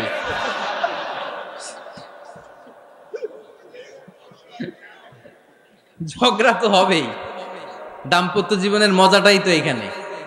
কখনো ঝগড়া, কখনো আনন্দ, একটু বৃষ্টি, একটু রোদ, একটু হাসি, একটু কান্না, ভালো লাগা ভালোবাসা শেয়ার করে নেয়া, মিলেমিশে একাকার হয়ে যাওয়া, ঠিক কিনা? তো আল্লাহর হাবিব সাল্লাল্লাহু আলাইহি ইসলামের সাথে আম্মাজান আয়েশার ঝগড়া হতো। তো একদিন ঝগড়া হয়ে দুইজন রেগে আছে। খবরদার, দুইজন রেগে থাকবেন না আবার। একজন রাগলে আরেকজন থেমে যাবেন, কারণ এই ছোট্ট ঝগড়া থেকে এটা অনেক সময় বিচ্ছেদের দিকে গড়ায়। আমার প্রিয় ফরিদপুরবাসী, ভাবি রেগে গেলে আপনি রাইগেন না, ওই দিন আপনি একটু ঠান্ডা থাকেন। আবার আপনি রেগে গেলে, আমার মাইকের আওয়াজ যদি ভাবিরা শুনেন, আপনারা রেগে যায় না, একটু ঠান্ডা থাকবেন। দুইজনে রেগে গেলে তো তৃতীয় বিশ্বযুদ্ধ শুরু হবে, তাই না? একজন রেগে গেলে আরেকজন ঠান্ডা। কারণ এই সামান্য ঝগড়া থেকে ইগোর কারণে এটা বিচ্ছেদ আর ডিভোর্স পর্যন্ত গড়ায়। আর শয়তান এখানে উস্কানি দেয়, কারণ ইমানদারদের ফ্যামিলি ভাঙতে পারলে শয়তান সবচেয়ে বড় খুশি হয়। আর ইমানদারদের ফ্যামিলি টিকে থাকলে খুশি হয়ে যায় কে? আম্মাজান আয়েশা রাদিয়াল্লাহু তাআলা আনহার সাথে বিষ্ণু ইসা ইসলামের ঝগড়া হতো মাঝে মাঝে। একবার ঝগড়া হলো, বিষ্ণু ইসা ইসলামের রাগ, আম্মাজান আয়েশাও রাগ। বিষ্ণুই বললেন, আয়েশা, ঝগড়া করে আর কতক্ষণ থাকবো, আসো মিটমাট করি। আয়েশা রাদিয়াল্লাহু বললেন, ঠিক আছে, মিটমাট করবো। তো বিষ্ণু ইসা ইসলাম বললেন, মিটমাটের জন্য কারে ডাকবো? ওমর রে ডাকি। কয় না, ওমর রে না, ওমর গালিজ, ওমর অনেক রাগে, আমার ডর লাগে। কয় তাহলে তোমার আব্বারে ডাকি। কয় ডাকেন। কি খুশি! মেয়েদের মধ্যে অভ্যাসটা আছে না নাই? তাহলে তোমার আব্বারে ডাকি, ডাকেন। ডেকে নিয়ে আসা হলো। আবু বকর রাদিয়াল্লাহু তাআলা আনহু দাঁড়ালেন, আম্মাজান আয়েশা দাঁড়ালেন, বিশ্বনবীও দাঁড়ালেন। বিশ্বনবী বললেন, আয়েশা, তোমার আব্বা আসছে, এবার ঘটনা খুলে বলার পালা, তুমি বলবা নাকি আমি বলবো? আম্মাজান আয়েশা বললেন, আপনি বলেন, তবে ওয়ালা তাকুল ইল্লা হাক্কান, যেটা ঘটছে ওইটাই বললেন, মিথ্যা কথা কইেন না। আবু বকর রাদিয়াল্লাহু তাআলা আনহু রেগে মেগে আগুন। কি এই কথা তুমি কেমন করে বলো? বিশ্বনবী কি মিথ্যা কথা কখনো বলবে? রেগে মেগে দিলেন মেয়ের গালে এক চড়। বানিয়ে বলতেছি না, মুসনাদ আহমদ ইবনে হাম্বলের হাদিস। বাবার হাতের থাপ্পড় খেয়ে আম্মাজান আয়েশা উল্টে বললেন। সাইয়েদনা আবু বকর রাগে গড়গড় করছেন, আবার মারার জন্য তেড়ে গেলেন। এবার বাঁচার জন্য আম্মা জান আয়েশা বিশ্বনবীর পিছনে যে আশ্রয় নিলেন, বিশ্বনবী বাঁচানোর জন্য দুই হাত মেলে দাঁড়িয়ে গেলেন। পড়েন সুবহানাল্লাহ। বিশ্বনবী যখন দুই হাত মেলে দাঁড়িয়ে গেলেন, সাইয়েদনা আবু বকর রাদিয়াল্লাহু আনহু থেমে গেলেন। সাইয়েদনা আবু বকর রাদিয়াল্লাহু তাআলা আনহু ঘর থেকে বের হয়ে বারান্দায় দাঁড়ালেন। পড়েন সুবহানাল্লাহ। এবার বিশ্বনবী আম্মা জান আয়েশার কাছে যেয়ে বলেন, ইয়া আয়েশা কাইফা রাআইতিনি আনকাসতুকি মিনার রাজুল, দেখছো কেমনে বাঁচাইলাম? আমি না থাকলে ভর্তা বানাই ফেলতো আজকে। আমি বাঁচাইছি তোমারে, আমি, আমার লগে ঝগড়া করো তুমি। লজ্জায় পড়ে আম্মা জান আয়েশা খিলখিল করে হেসে দিলেন, বিশ্বনবীও হেসে দিলেন। দুইজনের হাসির মধুর আওয়াজ শুনে সাইয়েদনা আবু বকর বাইরে থেকে অবাক, কিরে এতক্ষণ না ঝড় তুফান, এখন দেখি হাসি। সালাম দিয়ে অনুমতি নিয়ে ভিতরে ঢুকলেন। ঢুকে দেখেন আম্মা জান আয়েশাও হাসে, বিশ্বনবীও হাসে। এ হাসি দেখে আবু বকর রাদিয়াল্লাহু আনহু হেসে দিলেন। আরশের উপর থেকে খুশি হয়ে গেলেন কে? এবার সাইয়েদনা আবু বকর রাদিয়াল্লাহু তাআলা আনহু বললেন, ইয়া রাসূলুল্লাহ আশরিকানি ফি সিলমিকুমা কামা আশরাকতুমানি ফি হারবিকুমা। ও নবী, যুদ্ধ লাগলে, দুইজন যুদ্ধ লাগলে মীমাংসার জন্য যেমনি আমারে ডাকেন, এরকম হাসি আর আনন্দের মুহূর্তেও আমারে একটু ডাইকেন। আশরিকানি ফি সিলমিকুমা কামা আশরাকতুমানি ফি হারবিকুমা। নবী, আপনাদের মধ্যে ঝগড়া লাগলে সন্ধি করার জন্য আমারে যেমনি ডাকেন, আপনাদের হাসি খুশি আনন্দ খুনসুটি এই মজাদার মুহূর্তগুলোতে আমারে বঞ্চিত রাখেন না, আমার একটু ডাইকেন। সুবহানাল্লাহ পড়েন। এই মুসনাদে আহমদ ইবনে হাম্বলের হাদিস শোনার উদ্দেশ্য হচ্ছে, বিশ্বনবী প্রথমে ওমর ফারুকের নাম বলেছিলেন। সাইয়েদনা আয়েশা বলে, না আমি ডরাই, হাইবাত, দিস ইজ কল্ড হাইবাত ওমর। একবার বিশ্বনবীর সব বিবিরা ধরলেন, ও নবী আমাদেরকে এটা দেন, ওইটা দেন, ঘরে এটা নাই, ওইটা নাই, ওইটা নাই। বিশ্বনবীকে, আমার কাছে কিচ্ছু নাই, যদি এমনি আমার বউ হয়ে থাকতে চাও থাকো, তাহলে তা না হলে যা লাগবে কিনে দেব, সাথে সাথে তালাকও দিয়ে দিব। কিছু দিতে পারবো না, আমার নাই তো, সামর্থ্য নাই। কিন্তু বিবিরাও ছাড়া না, এটা দেন, ওইটা দেন। বিশ্বনবী রহমতের নবী, বিবিদেরকে বুঝাতেও পারেন না, বিবিরা আবদার করতেছে, নবী এটা লাগবে, ওইটা লাগবে। ইন দ্য মিন টাইম বিশ্বনবী একজনের সালাম শুনতে পেলেন। কে যেন দরজায় দাঁড়িয়ে বলতেছে, আসসালামু আলাইকুম। বিশ্বনবী দরজার দিকে তাকালেন, তাকিয়ে বললেন, ওয়া আলাইকুম আসসালাম। আর বুঝতে পারলেন এটা আমার ওমরের সালাম। সালাম দেওয়ার পরে বিবিদের দিকে তাকায় দেখে একজন বিবিও নাই, সব অন্দরমহলের ভিতরে দৌড়। সুবহানাল্লাহ পড়তে পারলেন না? This is our super hero Omar. এরকম ওমর একটা লাগবে, চিল্লায় বলেন কয়টা? একটা ওমর গোটা বিশ্বকে সোজা করে দিবে। একটা ওমর সবল আর দুর্বলের সব পার্থক্য দূর করে দিবে। মাজলুমের উপর জালিমের অত্যাচারের অবসান ঘটায় দিবে। গোটা বিশ্বটাকে সাম্য, মৈত্রী, ভালোবাসার ইনসাফ দিয়ে পরিপূর্ণ করে দিবে। সেই ওমরের অপেক্ষায় আমরা। নিজের ছেলেকে 80টা বেত মেরেছেন। কয়টা? 80টা বেত মেরেছে। এই ব্যাপারে অনেকগুলো বর্ণনা পাওয়া যায়। সবচেয়ে সহিহ বর্ণনা হচ্ছে মুয়াত্তা ইমাম মালিকের বর্ণনা।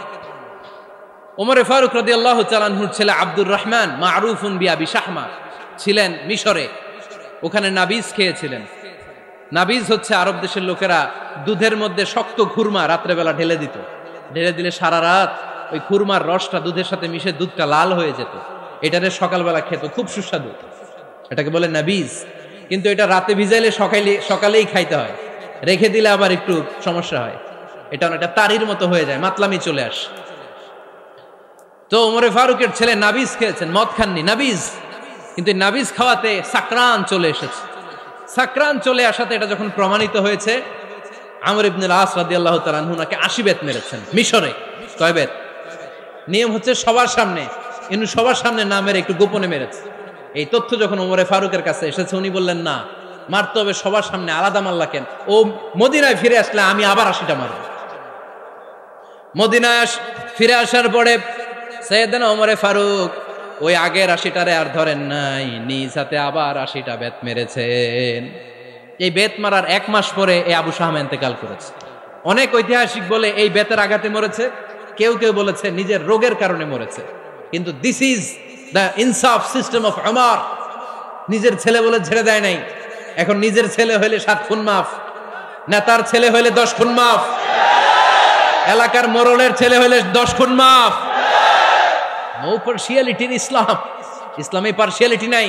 আপনি নেতার ছেলে হন, আপনি বিজনেস ম্যাগনেটের ছেলে হন, আপনি যেই হন না কেন, ইসলামের দৃষ্টিতে সবাই সমান। চিল্লায় বলেন ঠিক কিনা? বানু মখজুমিয়া গোত্রের এক নারী চুরিতে ধরা পড়ল। সাহাবারা বললেন, নবী, মদিনার সবচেয়ে ভেরি প্রেস্টিজিয়াস এন্ড ডিগনিফাইড ফ্যামিলির মেয়ে, আপনি হাত কাটেন না, কারণ ইসলামের নিয়ম চুরি করলে কি কেটে দাও। বিশ্বনবী বললেন, বলো কি, হাত না কাটার জন্য তোমরা আমাকে রেকমেন্ড করছো? এটা আল্লাহর আইন, পৃথিবীর কেউ রেকমেন্ড করলো শোনার ক্ষমতা আমার নাই, কারণ আইনটা দিয়েছে কে? লাউ কানাত ফাতিমাতু বিনতি মুহাম্মাদিন সারাকাত লাকাতা মুহাম্মাদুন ইয়াদাহা। আরে বনু মাকসুমিয়া মেয়ে তো দূরের কথা, আমার কলিজার টুকরা ফাতেমাও যদি আজ চুরিতে ধরা পড়তো, তার হাত কেটে দিতে আমি 1 মিনিটও দেরি করতাম না। দিস ইজ ইসলাম। এই হচ্ছে ওমরে ফারুকের মানাকিব। এরকম ওমরে ফারুক কয়টা লাগবে? আওয়াজ করে বলতে হবে, কয়টা লাগবে? একটা লাগবে। এই সাইয়েদনা ওমরে ফারুক মদিনার প্রথম চিফ জাস্টিস ছিলেন। সর্বপ্রথম ওনার পরামর্শে সাইয়েদনা আবু বকর রাদিয়াল্লাহু তাআলা আনহু কোরআনকে সংকলন করেছেন।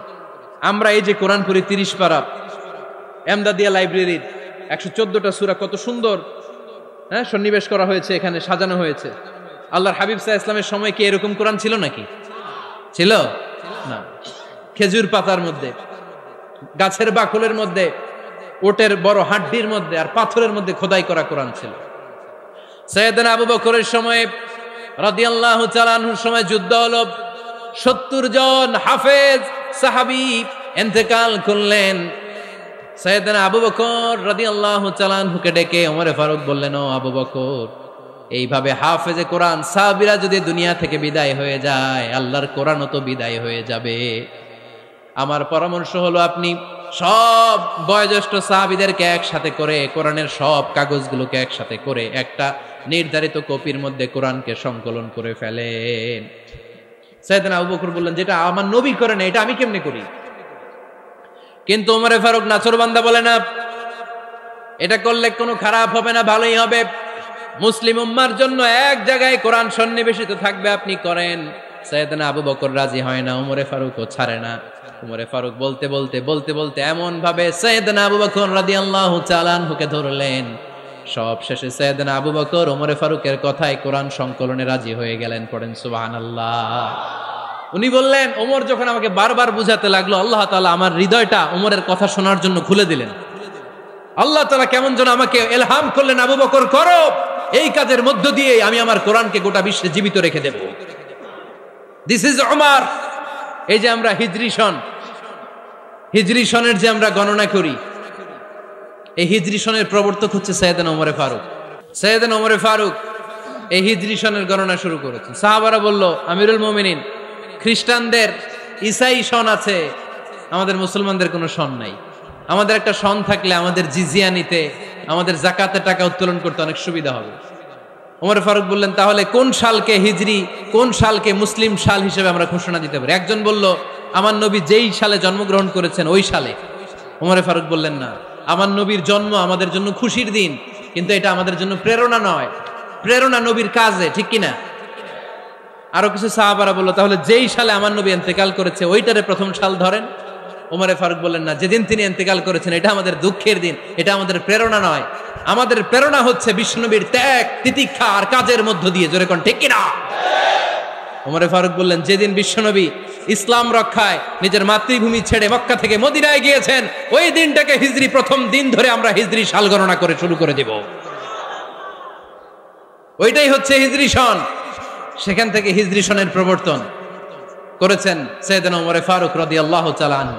এই যে স্টেট গভর্নমেন্ট, এই যে প্রিজন, জেলখানা, ক্যান্টনমেন্ট, সচিবালয়, গণভবন, বঙ্গভবন, মুক্তিযোদ্ধাদের ভাতা, রাষ্ট্রীয় ভাতা, এই সব নিয়ম কানুন সাইয়েদনা ওমরে ফারুক তার রাষ্ট্রীয় আমলে তিনি নিজে করেছেন। চিল্লায় পড়েন আল্লাহু আকবার। মুসলমানদের আলাদা কারেন্সি, নিজস্ব মুদ্রা ব্যবস্থা নিজে চালু করেছেন। সৈনিকদের মধ্যে যারা বিবাহিত, প্রতি 6 মাস অন্তর অন্তর 1 মাসের ছুটি কাটাতে তারা ফিরে আসবে, সাইয়েদনা ওমরে ফারুক চালু করেছেন। চিল্লায় আওয়াজ করে পড়েন আল্লাহু আকবার। এই যে আমরা 20 রাকাত সালাতুত তারাবি পড়ি রমাদানে, পড়েন না আপনারা? এটা সাইয়েদনা ওমরে ফারুক চালু করেছে। সুবহানাল্লাহ পড়তে পারলেন না? কোরআনে মোট 22টা আয়াত আছে যেখানে সাহাবারা ইনডিসিশনে ভুগছিলেন। বিশ্বনবীর মত একটা, ওমরে ফারুকের মত আর একটা। এই 22 জায়গায় আল্লাহ তাআলা বিশ্বনবীর মতের পক্ষে আয়াত নাজিল না করে ওমরে ফারুকের মতের পক্ষে কোরআনের আয়াত নাজিল করেছেন। আওয়াজ করে পড়েন আল্লাহু আকবার। এদিকে উঠলেন কেন আপনারা? যারা উঠছেন আমার দিকে তাকান।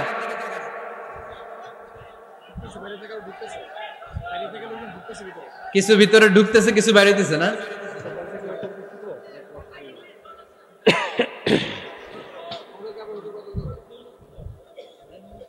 সাইয়েদনা ওমর ফারুক, আমরা সাহাবীদের জীবন চরিত পড়তে চাই না, কত যে অনুপ্রেরণামূলক দৃষ্টান্ত সাইয়েদনা ওমর ফারুক আমাদের জন্য রেখে গিয়েছেন। ওমর ফারুক যখন খলিফা, দিনের বেলায় যদি রাষ্ট্রে কোনো নিয়ম জারি করতেন, দিনের বেলায় জনগণকে কোনো বিষয়ে যদি নিষেধ করতেন, রাত্রে বেলায় খাওয়ার সময় ফ্যামিলি মেম্বারদের সবাইকে বলতেন, এই দিনের বেলা আমি জনগণকে এই কাজ করতে নিষেধ করেছি, তোমরা আমার ফ্যামিলি মেম্বার, খবরদার তোমরা এই কাজ করো না। জনগণ করলে যতটুকু শাস্তি, তোরা করলে পাবি ডবল শাস্তি। সুবহানাল্লাহ কইবেন না?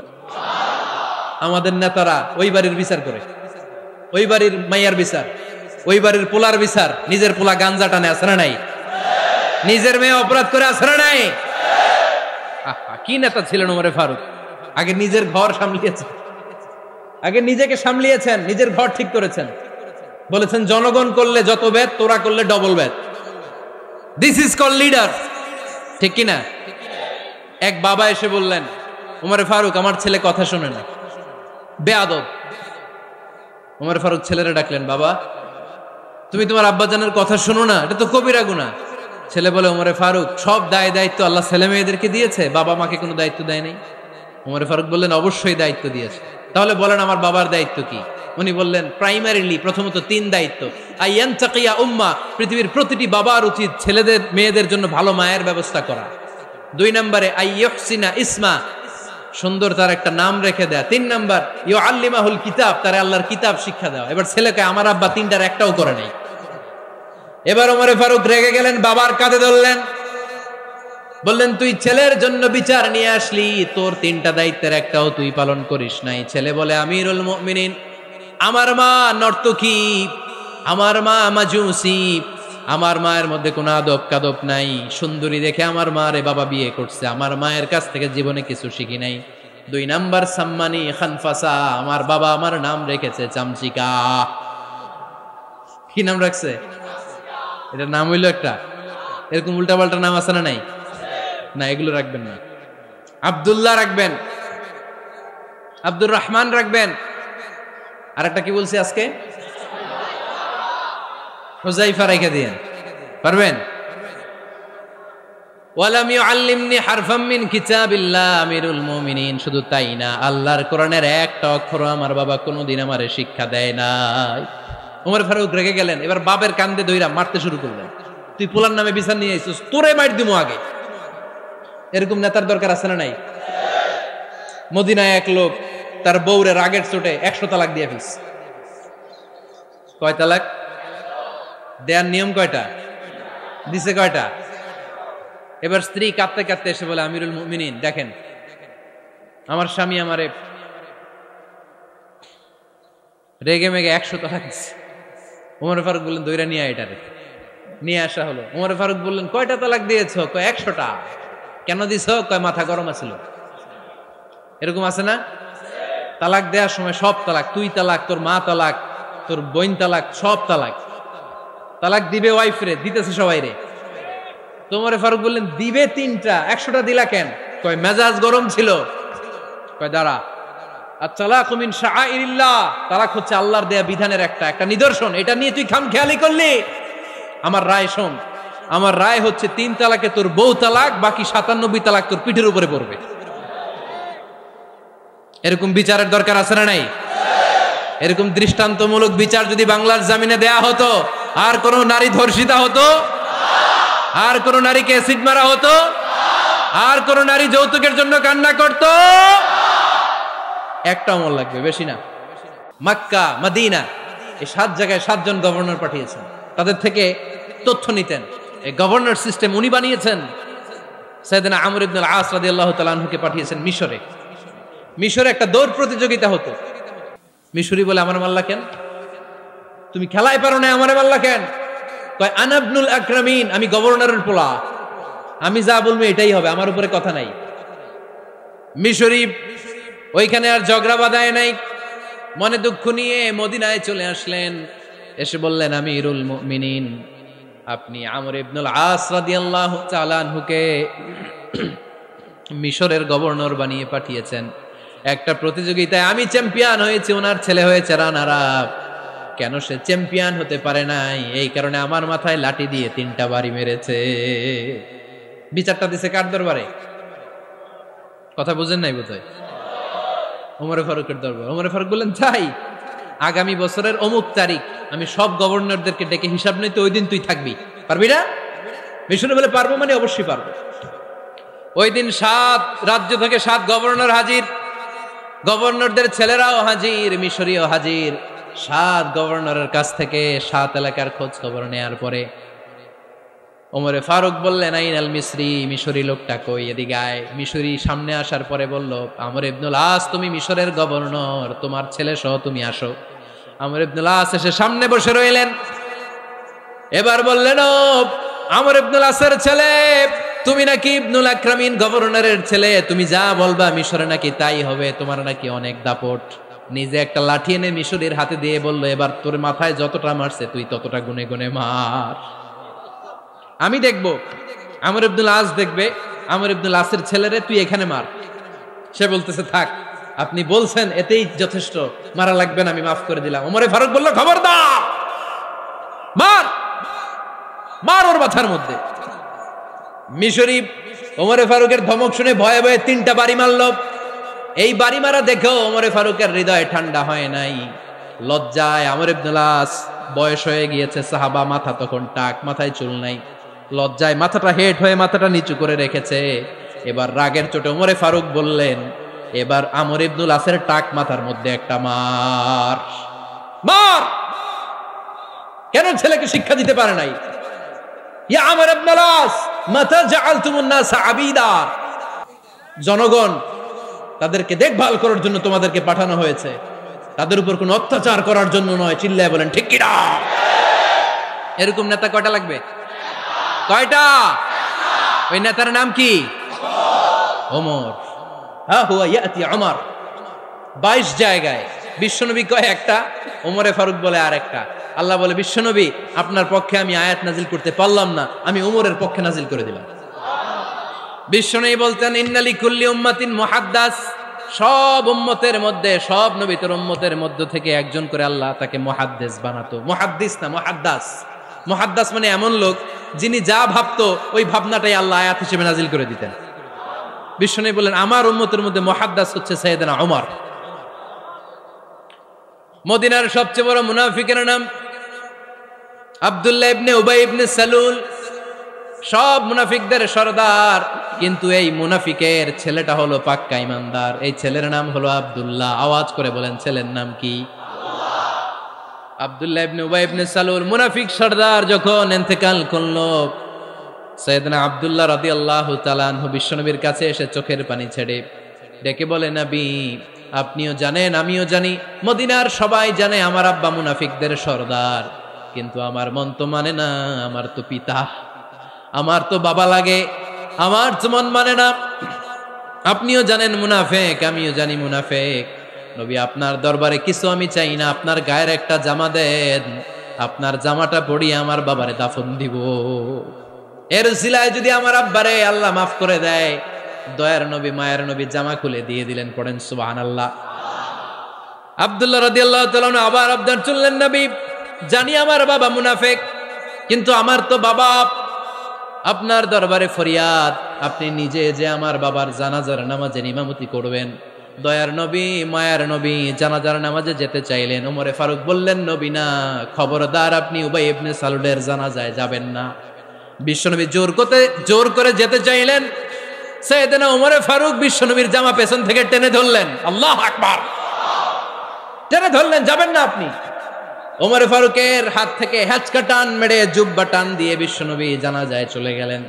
রব্বুল আলামিন আয়াত নাজিল করলেন, ইস্তাগফির লাহুম আও লা তাস্তাগফির লাহুম ওয়া ইন তাস্তাগফির লাহুম 70 মাররাতান ফালান ইয়াগফিরাল্লাহু লাহুম। নবী গো, একবার নয়, দুইবার নয়, 70 বারও যদি এই মুনাফিকের জন্য আপনি ক্ষমা চান, তার জন্য ক্ষমা নাই, তার জন্য আছে জাহান্নাম। ওয়ালা তাকুম, আপনি যাবেন না আলা কবরি, কখনো তাদের জানাজায় যাবেন না। এই যে একটা ভুল করে ফেলছেন, এটা এইবারই শেষ, এরপরে আর যাবেন না। সাইয়েদনা ওমর ফারুকের পক্ষে আল্লাহ তাআলা কোরআনের আয়াত নাজিল করে দিলেন, চিল্লায় পড়েন আল্লাহু আকবার। এভাবে 22টা জায়গায় ওমর ফারুক যা বলেছে, এটা নিয়ে একটা আলাদা আলোচনা হইতে হবে, আলাদা একটা আলোচনা লাগবে যে 22টা আয়াতে আল্লাহ তাআলা বিশ্বনবীর পক্ষে কোরআনের আয়াত নাজিল না করে সাইয়েদনা ওমর ফারুকের পক্ষে আয়াত নাজিল করেছেন, চিল্লায় পড়েন সুবহানাল্লাহ। ওই ওমর ফারুককে আমাদের মডেল বানানোর দরকার আছে না নাই? ওই ওমর ফারুকের জীবনী আমাদের ছেলে মেয়েদেরকে পড়ানোর দরকার আছে না নাই? আমাদের ভবিষ্যৎ প্রজন্ম এগুলো জানে না। ওরা সালমান খান দেখে বড় হয়, ওরা শাহরুখ খান দেখে বড় হয়, ওরা ঋত্বিক রোশনকে দেখে বড় হয়, ওরা মনে করে যে এরাই বড় সুপার হিরো। আমাদের যে কত বড় সুপার হিরো আছে এরা জানেই না। নতুন প্রজন্মের কর্ণকোহরে সাইয়েদনা ওমর ফারুকের ইতিহাস পৌঁছে দেওয়ার দরকার আছে না নাই? ওমর ফারুকের ইন্তেকালের ঘটনাটা বলেই আমরা মোনাজাতের দিকে যাব। শুনবেন? শুনতে চান? উনি স্বপ্নে দেখলেন একটা লাল মোরগ ওনাকে 3টা ঠোকর মেরেছে। কয়টা? উনি জুমার নামাজে, জিলহজ মাসের শেষ সপ্তাহে জুমার নামাজে বললেন যে একটা লাল মোরগ 3টা ঠোকর মেরেছে। মুগীরা ইবনে শুবা রাদিয়াল্লাহু তাআলা আনহুর দাস আবু লুলু আল মাজুসি, এই লোকটা খঞ্জর বানাতে পারত। মুগীরা রাদিয়াল্লাহু তাআলা আনহুর দাস। মুগীরা প্রতিদিন 4 দিরহাম করে চার্জ করত, যেহেতু দাস। সে এসে বিচার দিল, আমিরুল মুমিনিন, মুগীরা আমার থেকে বেশি টাকা চায়, জুলুম করে। ওমর ফারুক বললেন, তাই? তুমি কি কাজ জানো? বলে, আমি খঞ্জর বানাতে জানি। বাড়ি কই? পারস্য। আরে তুমি খঞ্জর বানাতে জানলে তো 4 দিরহাম অনেক কম, সে তো আরো বেশি টাকা নেওয়া দরকার ছিল তোমার থেকে। আবু লুলুর এই কথা পছন্দ হয় নাই। সে কয়, ওমর তুমি সবারে দয়া দেখাও আর আমার ক্ষেত্রে কঠিন নিয়ম বানাইলা, দাঁড়াও এই নিয়ম তোমার আমি দেখাবো। এই রাগে সে বাড়িতে যে একটা খঞ্জর বানালো। কি বানালো? খঞ্জর চিনেন? ছোট্ট ছুরি। কিছুদিন আগে ওমানের সুলতান কাবুস ইন্তেকাল করেছে, জানেন আপনারা? ওনার এই কোমরের মধ্যে খঞ্জর থাকতো, ছবিতে দেখছেন? আরব শায়েখ যারা সুলতান আমির, কোমরে কি থাকে? ছোরা থাকে, খঞ্জর। সে বাসায় যে একটা খঞ্জর বানালো, যেই খঞ্জরের 2 মাথা, লাহু রাসান ওয়া মাকবাদাতুহু ফি ওয়াসাতি, আর ধরার হ্যান্ডেলটা মাঝখানে, এদিকেও ছুরি এদিকেও ছুরি, যাতে এইভাবে এইভাবে মারা যায়। সে ধার দিতে লাগলো আর বলল, ওমর দাঁড়াও তোমারে আমি দেখাবো। ওমর ফারুক মসজিদে নববীর ইমাম, ফজরের নামাজের সময় এ আবু লুলু আল মাজুসি বুরনুস পরে, চাদর পরে, লুকিয়ে লুকিয়ে, সে অগ্নি উপাসক, মুমিন নয়। ওমর ফারুককে অ্যাটাক করার জন্য গেলেন মসজিদে নববীতে। ওয়াকানু ইউসাল্লুনা বিগালাস, তখন ওনারা অন্ধকারে নামাজ পড়তেন। নামাজের সময় যখন হলো, লুকিয়ে লুকিয়ে প্রথম কাতারে ওমর ফারুকের পিছনে মুয়াজ্জিনের পাশেই দাঁড়ালো, হাতে খঞ্জর। একামত হলো, ওমর ফারুক সালাত শুরু করলেন, ফজরের সালাত, আল্লাহু আকবার। নামাজ শুরু করলেন, সূরা ফাতিহা বললেন। আরেকটা সূরা যখন পড়তে যাবেন, in the mean time Abu Lulu এই খঞ্জর নিয়ে ওমর ফারুকের বুকের মধ্যে 3টা স্টেবিং করলেন। একটা মারলেন নাভির নিচে, মারার সাথে সাথে পাকস্থলী কেটে গেল। আরেকটা মারলেন পাজরে, পাজর ছিঁড়ে গেল। 3টা মারার পরে ওমর ফারুক বললেন, কাতালানি আল কাল, এক কুকুর আমাকে মেরে ফেলেছে। পেছন থেকে এক সাহাবীকে টান মেরে সামনের দিকে নিয়ে গেলেন, তুমি নামাজের ইমামতি করাও। আর ওমর ফারুককে বাকিরা ধরাধরি করে পেছনে নিতে আরম্ভ করলেন। আর এই আত্মাই আক্রমণ যে করেছে, সে কাতারের মাঝখান দিয়ে যেতে আরম্ভ করলো আর 2 দিকে ছুরি মারতে আরম্ভ করলো। 13 জন সাহাবীর গায়ে ছুরি মেরেছে, 7 জন সাহাবা স্পট ডেথ, জায়গায় মৃত্যু। এই ভয়ঙ্কর অবস্থা দেখে এক সাহাবী বুরনুস, এক ধরনের জুব্বা আছে মাথাওয়ালা, অনেকে জ্যাকেট পরছেন না এরকম মাথাওয়ালা, লম্বা জুব্বা আছে আরবরা শীতে পরে মাথাওয়ালা, এই মাথাওয়ালা জুব্বা বের করে এক সাহাবী জালের মতো তার দিকে উড়ায় মারল। ওই বুরনুসের মধ্যে পেঁচিয়ে আবু লুলু মাটিতে পড়ে গেল আর সুইসাইড করে ফেলল, নিজের বুকে নিজে মেরে আত্মহত্যা। যেই সাহাবীকে ইমামতির জন্য দাঁড় করালেন, উনি ছোট্ট সূরা দিয়ে, প্রথম রাকাতে সূরা আল কাউসার, দ্বিতীয় রাকাতে সূরাতুল ইখলাস দিয়ে নামাজ শেষ। ওমর ফারুক বেহুশ। ওমর ফারুক কি? হ্যাঁ, বেহুশ। সবাই কান্নাকাটি করতেছে, সবাই দেখতে গেলেন, এখন হুঁশ ফিরে না। মুখের মধ্যে, মুখ খুলে রাষ্ট্রের চিকিৎসক মুখের মধ্যে দুধ দিলেন, ওই নাভি দিয়ে দুধ বের হয়ে যায়। পাকস্থলী কেটে ওখান দিয়ে দুধ বের হয়ে যাচ্ছে। তারা বললো ওনারে বাঁচানো সম্ভব না, দেখেন হুঁশ ফিরে কিনা। হুঁশ ফিরলে ওনার পরে কে আমির হবে, উনি যেন প্যানেল ঠিক করে দিয়ে যায়। সবাই তাকিয়েছে ওমরে ফারুকের চোখের দিকে। আল্লাহর মেহেরবানিতে ঘন্টা খানিক পরে উনি চোখ খুললেন। চোখ খোলার পরেই বলেন নাই ও মা আমি মরে যাই। চোখ খোলার পরে উনি বলেন নাই কে মারলো আমারে। চোখ খোলার পরে উনি বলেন নাই আমার পরে নেতা কে হবে। চোখ খোলার পরে সর্বপ্রথম কথাটি ছিল আসল্লান নাস, আমার নেতৃত্বে যে ফজরের নামাজটা শুরু হয়েছিল এটাকে ঠিকমতো তোরা পড়েছিলি? আমার নেতৃত্বে যে ফজরের জামাত শুরু হয়েছিল সেটা ঠিকঠাক মতো সমাপ্ত হয়েছিল কিনা আগে বল। আসল্লান নাস, নামাজটা হয়েছে কিনা বল। সুবহানাল্লাহ বলতে পারলেন না? This is Omar, hour super hero. নেতা অনেকগুলো লাগে না, এরকম নেতা একটাই যথেষ্ট যে গোটা বিশ্বকে কাঁপায় দিতে পারে। চিল্লায় বলো ঠিক কিনা? আমরা চাই আমাদের ছেলেগুলো উমরে ফারুকের মতো বড় হোক। আমরা চাই আমাদের ছেলে মেয়েগুলো খাব্বাব, খুবাইব, সাইয়েদনা আলী, উসমান, আবু বকর রাদিয়াল্লাহু তাআলা আনহুর অনুসরণে বড় হোক। ঠিক কিনা? আমরা একটা ওমর চাই যিনি আমাদেরকে সালাতের শিক্ষা দিয়ে গিয়েছেন, ইন্তেকালের আগে বলেছেন সাল্লান নাস। এজন্য আমরা যেন নামাজ কখনো নষ্ট না করি। আল্লাহর জমিনে দিন বাস্তবায়নে আসাদ্দুহুম ফি আমরিল্লাহি ওমর রাদিয়াল্লাহু তাআলা আনহুর মতো এত কঠোর কেউ ছিলেন না। তাই দিন বাস্তবায়নে আমরা যেন কাউরে ছাড় না দেই। সবার আগে আল্লাহর দিন, সবার আগে আল্লাহর কোরআন, সবার আগে আমার ইসলাম।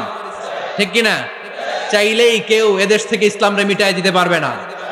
যে দেশে আল্লাহু আকবার ধ্বনির সাথে সাথে সূর্য উঠে যায়, আল্লাহু আকবার ধ্বনির সাথে সাথে সূর্য ডুবে যায়, সে দেশে আর কিছু থাকবে না থাক আমার ইসলাম থাকবেই, আর কিছু থাকবে না থাক আমার কোরআন থাকবেই। সে ইসলামের সাথে থাকতে রাজি আছেন তো? কোরআনের সাথে থাকতে রাজি আছেন তো?